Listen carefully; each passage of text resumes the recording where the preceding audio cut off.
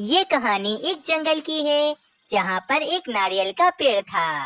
वे नारियल का पेड़ मीनू चिड़िया का था और इसी नारियल के पेड़ के नीचे एक छोटा सा नीम का पेड़ भी था जिस पर कालू कौवे ने अपना घर बनाया हुआ था।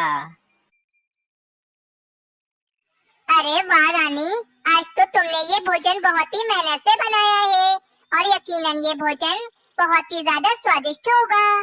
कालू जी, अब तारीफें ही करते रहेंगे या फिर मेरा बनाया हुआ भोजन भी खाएंगे? कालू कौवा भोजन खाने ही जा रहा होता है कि मीनू चिड़िया के नारियल के पेड़ से एक बड़ा नारियल आकर कालू कौवे के घर की छत पर गिरता है और कालू कौवे की छत नारियल की वजह से टूट जाती है और वे नारियल आकर सीधा भोजन पे गिरता है जिसके कारण सारा भोजन जमीन पर गिर जाता है। हाय रे कालू जी, ये क्या हो गया? ये कौन सा भारी भरकम पत्थर यहाँ पर गिर गया? हमारे घर की छत तो टूट गई। रानी, ये कोई पत्थर नहीं बल्कि ये बड़ा सा नारियल है। ये देखो, ये रहा नारियल और इसने मेरे घर की छत भी तोड़ दी है। कालू जी, ऐसा कब तक चलता रहेगा? आए दिन मीनू चिड़िया के पेड़ के नारियल हमारे घर में गिरते ही रहते हैं। मैं अभी जाकर मीनू चिड़िया से बात करता हूँ कि ये नारियल गिरना कब बंद होंगे हमारे घर पर। फिर कालू कौवा ये कहकर मीनू चिड़िया के पास चला जाता है। मीनू चिड़िया, मैं तुम्हारे नारियल के पेड़ से बहुत ज्यादा परेशान आ गया हूँ। आज तुम्हारा बड़ा सा नारियल मेरे घर की छत पर आकर गिर गया, जिसके कारण मेरे घर की छत टूट गई है और तो और मेरा सारा भोजन भी घोंसले में इधर उधर गिर गया था। कालू कौवे, इसमें मेरी क्या गलती है?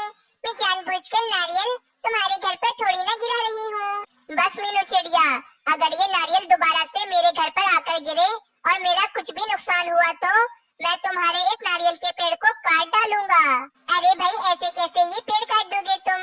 ये पेड़ मुझे मेरी जायदाद में मिला है और इसी नारियल को बेचकर मैं अपना व्यापार करती हूँ। अगर तुम्हें इतना ही कोई मसला है तो तुम अपना घर किसी और पेड़ पर बना लो।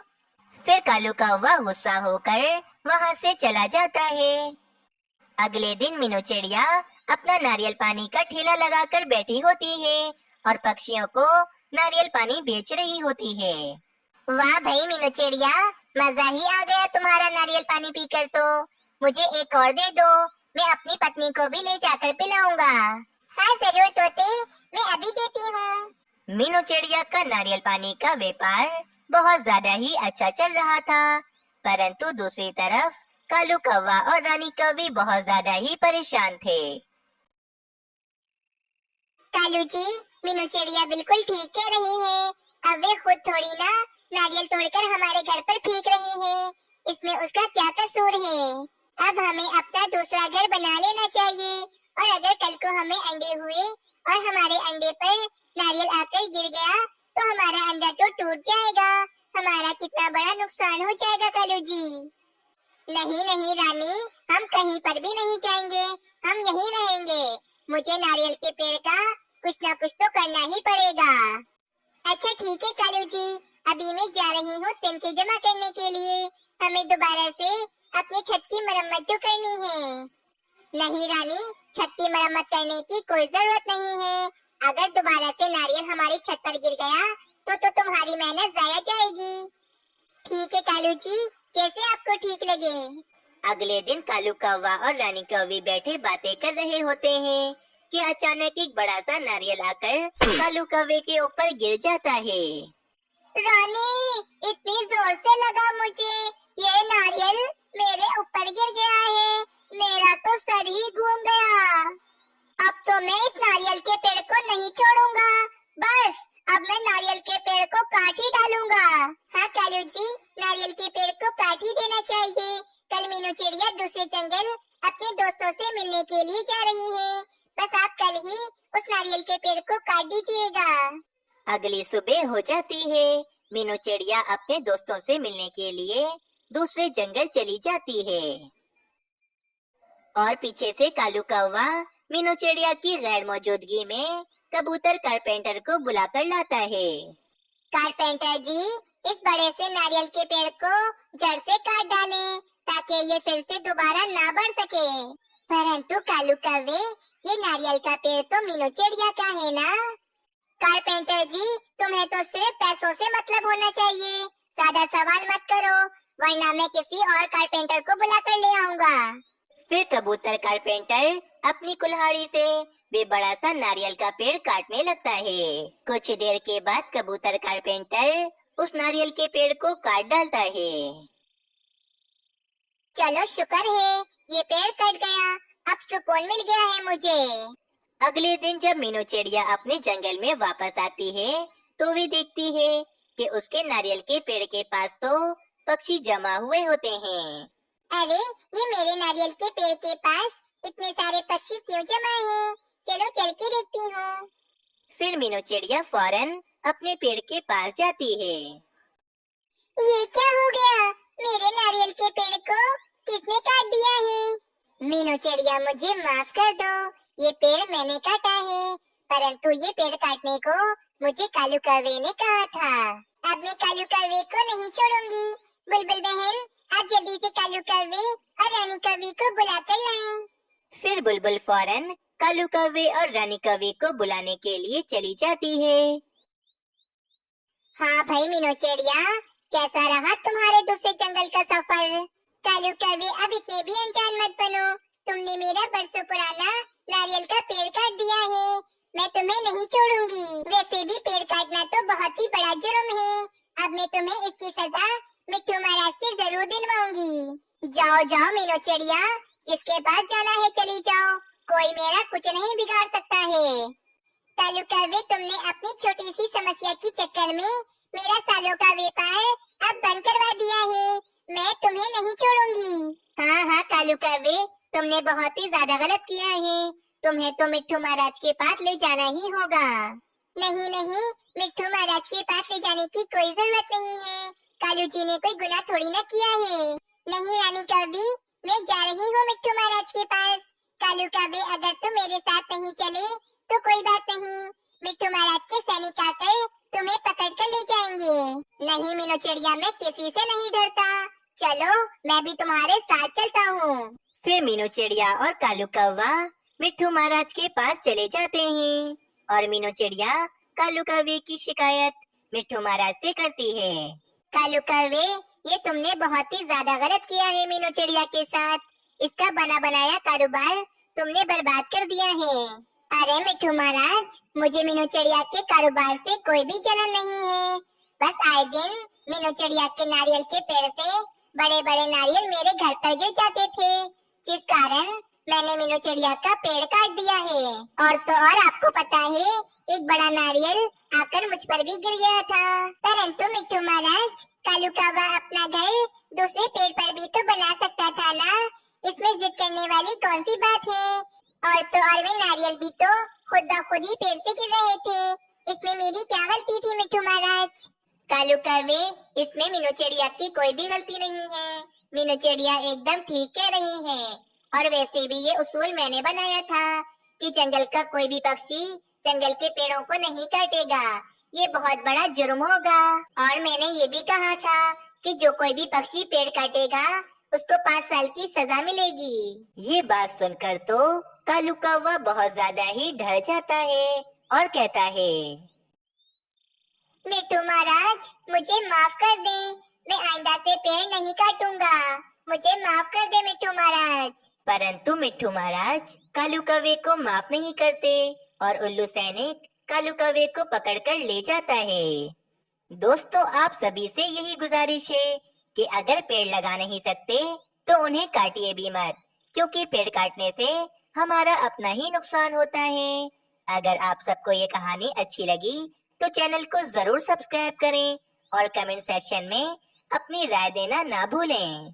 दूर किसी जंगल में एक कालू कौवा और इसकी पत्नी रानी कौवी रहते थे। कालू कौवे को अपनी पत्नी रानी कौवी से बहुत ही ज्यादा डर लगता था। कालू कौवा जैसे मानो अपनी पत्नी का गुलाम ही था। और तो और कालू कौवा रानी कौवी के सारे काम करता था और भोजन भी कालू कौवा खुद ही ढूंढने जाता था। कबूतर भाई, आपको पता है, कालू कौवा तो अपनी पत्नी रानी कौवी का गुलाम ही बन गया है। रानी कौवे तो कालू कौवे को मारती भी है जब कालू कौवा ठीक से काम नहीं करता। बेचारे कालू कौवे की किस्मत ही खराब है जो कालू कौवे को इतनी जालिम पत्नी मिली है। कालू कौवा तो बहुत परेशान है। कल जब मैं कालू कौवे के घोंसले के पास से गुजर रहा था तो मैंने देखा कि कालू कौवा अपनी पत्नी रानी कौवे से बहुत ज्यादा मार खा रहा था। रानी कौवी बहुत जालिम है, वे कालू कौवे को बहुत ज्यादा ही मारती है। हाय रे कबूतर, तुम ठीक कह रहे हो। बेचारा कालू कौवा इतनी जालिम पत्नी से शादी कर बैठा है। बुलबुल बहन, मैं तो रानी कौवे से बात भी नहीं करता हूँ। कहीं रानी कौवी कालू कौवे की तरह हमें भी ना मारे, इसीलिए मैं तो रानी कौवी से दूर दूर ही रहता हूँ। अरे कालू जी, क्या तुम्हारे हाथों में जान नहीं है? इतनी ज्यादा गर्मी हो रही है और तुम इतने हल्के पंखा चल रहे हो। जरा तेज चलो ताकि हवा तो तेज आए। रानी, मैं भी तो तुम्हारी तरह एक पक्षी हूँ ना। तुम्हें पंखा झल झल के मेरे तो पैरों में दर्द हो गया है। क्या कहा तुमने कि तुम्हारे पैरों में दर्द हो गया है? अभी मैं सब पक्षियों के सामने ले जाके तुम्हें बेलन से मारूंगी जब ठीक होगे तुम। अरे रे रानी, तुम गुस्सा क्यों होती हो? मैं तो बस ऐसे ही कह रहा था। अगले दिन मीनू चिड़िया कालू कौवे के घोंसले में आती है और मीनू चिड़िया रानी कौवी से कहती है, रानी कौवी, मुझे तुमसे एक बहुत जरूरी बात करनी है। अब तो ये बात जंगल के सारे पक्षियों को पता चल गई है कि तुम कालू कौवे के साथ बिल्कुल भी अच्छा व्यवहार नहीं करती हो और तो तुम कभी कभी कालू कौवे को बहुत बुरी तरह से मारती भी हो। ये तो गलत बात है ना रानी कौवी? भला कोई पत्नी अपने पति को मारती भी है? हाँ रानी, मीनू चिड़िया बिल्कुल ठीक कह रही है। तुमने तो मुझे अपना नौकर ही समझ लिया है। तुम बहुत ज्यादा मुझे मारती भी हो और कोई काम भी नहीं करती हो। भोजन भी मैं ही ढूंढ के लाता हूँ और तुम्हें जब गर्मी लगती है तो तुम्हें पंखा भी मैं ही झलता हूँ। कालू जी, अभी जितना ज्यादा बोलोगे बाद में तुम्हें उससे ज्यादा डंडे पड़ेंगे, इसीलिए सोच समझ के बोलना तुम। और हाँ मीनू चिड़िया, तुम्हें मुझे ये बताने की कोई जरूरत नहीं है कि मैं अपने पति की इज्जत नहीं करती और कालू जी को बहुत मारती हूँ। तुम यहाँ से चली जाओ, वरना कालू जी के साथ साथ मैं तुम्हें भी बहुत बुरा मारूंगी। ठीक है रानी कौवी, मैं चलती हूँ, लेकिन मेरी बात याद रखना कि तुम कालू कौवे के साथ ये बिल्कुल भी अच्छा नहीं कर रही हो। एक न एक दिन तुम्हें इसकी सजा जरूर मिलेगी। हाँ हाँ ठीक है, देख लूंगी मैं। चलो अब यहाँ से निकलो और दोबारा कभी मेरे घोंसले में आना भी मत। फिर मीनू चिड़िया वहाँ से चली जाती है। और तुम कालू जी, तुम तो बहुत ज्यादा बड़े बन रहे थे। मीनू चिड़िया के सामने मेरी बुराइयां कर रहे थे। तुम्हें तो मैं अब बताती हूँ। फिर रानी कौवी पास ही पड़ी एक डंडी उठाती है और कालू कौवे को मारने लगती है। अरे रे रानी, मुझे मत मारो। मैं आगे से कभी भी कुछ नहीं बोलूँगा। मुझे छोड़ दो, मुझे मत मारो। इस बार छोड़ रही हूँ तुम्हें, लेकिन आज के बाद कभी भी किसी भी पक्षी के सामने मेरी बुराई की तो इससे ज्यादा बुरा मारूंगी मैं तुम्हें। कालू कौवा तो बहुत ही ज्यादा डर जाता है और वे चुप हो जाता है। अगले दिन कालू कौवा भोजन ढूंढता ढूंढता बहुत ही ज्यादा थक जाता है कि वे थक हार के एक पेड़ पर आकर बैठ जाता है कि वहीं पर तोता भी आ जाता है। कालू कौवे, तुम तो रानी कौवी से बहुत ज्यादा डरते हो और कालू कौवे, रानी कौवी तो तुम्हें बहुत मारती भी है, तुमसे अपना सारा काम भी करवाती है। मुझसे तुम्हारी ये हालत देखी नहीं जाती है। इस समस्या का मेरे पास एक बहुत ही अच्छा उपाय है। वो क्या उपाय है तोते? जल्दी बताओ। कालू कौवे, मेरा एक दोस्त था। इसकी पत्नी भी रानी कौवी की तरह इसे बहुत मारती थी और इसे अपना नौकर बनाकर रखती थी। फिर मेरे दोस्त ने अपनी पत्नी से तंग आकर एक सुंदर सी तोती से शादी कर ली और अपनी पुरानी पत्नी को छोड़ दिया। मैं तो कहता हूँ तुम भी दूसरी शादी कर लो, फिर तुम्हारी जिंदगी में भी सुख आ जाएगा और तुम रानी कौवी को छोड़ देना। अरे वाह तोते भाई, क्या उपाय दिया है तुमने।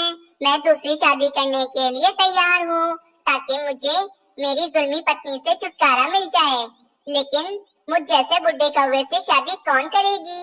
वे कौन कौवी होगी? मेरी एक दोस्त सोनी कौवी है। सोनी कौवी बहुत सुंदर है। मुझे यकीन है कि सोनी कौवी तुमसे शादी जरूर कर लेगी। चलो कालू कौवे, मैं अभी चलता हूँ। कल सुबह मैं सोनी कौवी को यहीं पर लेकर आऊंगा।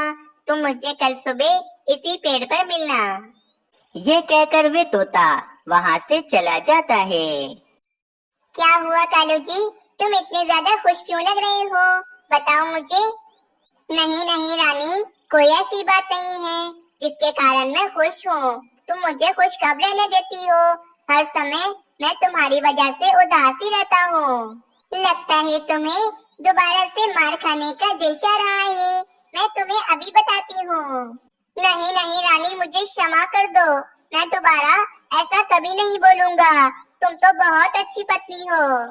अगले दिन तोता सोनी कौवी को लेकर कालू कौवे के पास आ जाता है। कालू कौवा सोनी कौवी को देखकर बहुत ज्यादा खुश होता है। कालू जी, मुझे तोते भाई ने आपके बारे में सब कुछ बताया। मैं आपसे शादी करने के लिए तैयार हूँ। आप मुझे बहुत पसंद हैं। क्या? ये तो मैं पहली बार सुन रहा हूँ कि मुझ जैसे काले कौवे को भी कोई पसंद करता है। सोनी कौवी जी, आप बहुत अच्छी हैं। मैं आपसे शादी करने के लिए तैयार हूँ। कालू जी, आपकी पत्नी बहुत जुल्मी है, लेकिन देखिएगा, जब आप मुझसे शादी कर लेंगे तो मैं आपसे एक भी काम नहीं कराऊंगी। आप आराम से रहेंगे। देखा कालू कौवे, मैंने तुमसे कहा था ना कि सोनी कौवी कितनी अच्छी है और वे तुमसे शादी करने के लिए तैयार हो जाएगी। हाँ हाँ तोते, तुम्हारा बहुत बहुत शुक्रिया। ये सब बातें चल रही होती हैं कि वहाँ पर जंगल के सारे पक्षी भी आ जाते हैं। अरे भाई तोते, क्या तुमने सभी पक्षियों को भी यहाँ पर बुलाया था? हाँ हाँ कालू कौवे, मैंने ही सभी पक्षियों को यहाँ पर बुलाया है। मैं चाहता हूँ कि सभी पक्षियों को पता हो कि तुम दूसरी शादी कर रहे हो। अरे कालू कौवे, तुमने दूसरी शादी करने का फैसला बहुत अच्छा किया है। मैं बहुत ज्यादा ही खुश हूँ। हाँ कालू कौवे, रानी कौवी तो शायद कभी तुम्हारी इज्जत ना करे, लेकिन ये सोनी कौवी बहुत अच्छी है। ये तुम्हारी बहुत इज्जत करेगी और तुम्हारी बहुत सेवा भी करेगी। अगले दिन शादी होती है। सारे पक्षी ही कालू कौवे की शादी की तैयारियां कर रहे होते हैं। ये जंगल में किस पक्षी की शादी की तैयारी हो रही है? मीनू चिड़िया, मुझे बताओ। अरे रानी कौवी, तुम्हें ये नहीं पता, तुम कालू कौवे पर इतना जुल्म करती हो, इसे मारती हो और इसे अपना नौकर बनाकर रखती हो। इसी कारण कालू कौवा तुमसे परेशान होकर दूसरी कौवे से शादी कर रहा है। ये सब पक्षी कालू कौवे की दूसरी शादी की तैयारियां कर रहे हैं। परंतु कालू जी ऐसा कैसे कर सकते हैं? कालू जी ने तो मुझसे पसंद की शादी की थी ना। रानी कौवी, कालू कौवा तो अभी भी तुम्हें बहुत पसंद करता है, लेकिन तुम कालू कौवे को इतना मारती हो और इसे इतना तंग करती हो कि कालू कौवा मजबूरन दूसरी शादी कर रहा है। चिड़िया, तुम कालू जी को रोक लो, वे दूसरी शादी नहीं कर सकते हैं। मैं तुमसे वादा करती हूँ, मैं कालू जी के साथ कभी भी बुरा नहीं करूँगी। हमेशा कालू जी की इज्जत करूँगी, उसे कभी नहीं मारूंगी। बस तुम एक बार जाके कालू जी को रोक लो। दूसरी तरफ सारे पक्षी और कालू कौवा सोनी कौवी को लेने के लिए उसके पास आ जाते हैं। सोनी कौवी, तुम बहुत ही सुंदर लग रही हो। आज मुझे मेरी जुल्मी पति से छुटकारा मिल जाएगा। बस फिर क्या था, वहाँ पर मीनू चिड़िया रानी कौवी को लेकर आ जाती है। कालू जी रुक जाओ, तुम ये दूसरी शादी मत करो। मैं तुमसे बहुत शर्मिंदा हूँ। मैं अब तुम्हारे साथ कभी भी गलत नहीं करूँगी, तुम्हें कभी नहीं मारूंगी, और तो और तुम जैसा कहोगे मैं वैसा ही करूँगी। रानी, तुम झूठ कह रही हो। मैं जानता हूँ कि तुम मुझे घोंसले में जाकर वैसे ही मारोगी और अपना नौकर बनाओगी। मैं तुमसे झूठ नहीं कह रही हूँ, तुम मुझे मत छोड़ो। मैं तुम्हें कभी भी नहीं मारूंगी और तुम्हारी बहुत इज्जत करूंगी। कालू कौवे, रानी कौवी सच कह रही है। इसे एहसास हो गया है कि इसने तुम्हारे साथ बहुत गलत किया है। मुझे यकीन है कि रानी कौवी अब कभी भी तुम्हारे साथ गलत नहीं करेगी। हाँ कालू कौवे, रानी कौवी को माफ कर दो और तुम दूसरी शादी ना करो। अब रानी कौवी ठीक हो गई थी और उसने कालू कौवे से माफी भी मांग ली थी। मुझे इस बात की बहुत खुशी है कि तुमको एहसास हो गया है तुमने मेरे साथ कितना गलत किया है, लेकिन मैंने तुम्हें माफ कर दिया है रानी, इसीलिए अब मैं दूसरी शादी नहीं करूँगा। अब सोनी कौवी, तुम्हें उदास होने की कोई जरूरत नहीं है। मेरा भाई कुंवारा है, इसीलिए मैं तुम्हारी शादी अपने भाई बबलू कौवे से करा दूंगी। अब सब कुछ ठीक हो जाता है। रानी कौवी को भी अपनी गलती का एहसास हो जाता है। इस कहानी से हमें ये सीख मिलती है कि किसी भी पत्नी को अपने पति के साथ बुरा व्यवहार नहीं करना चाहिए।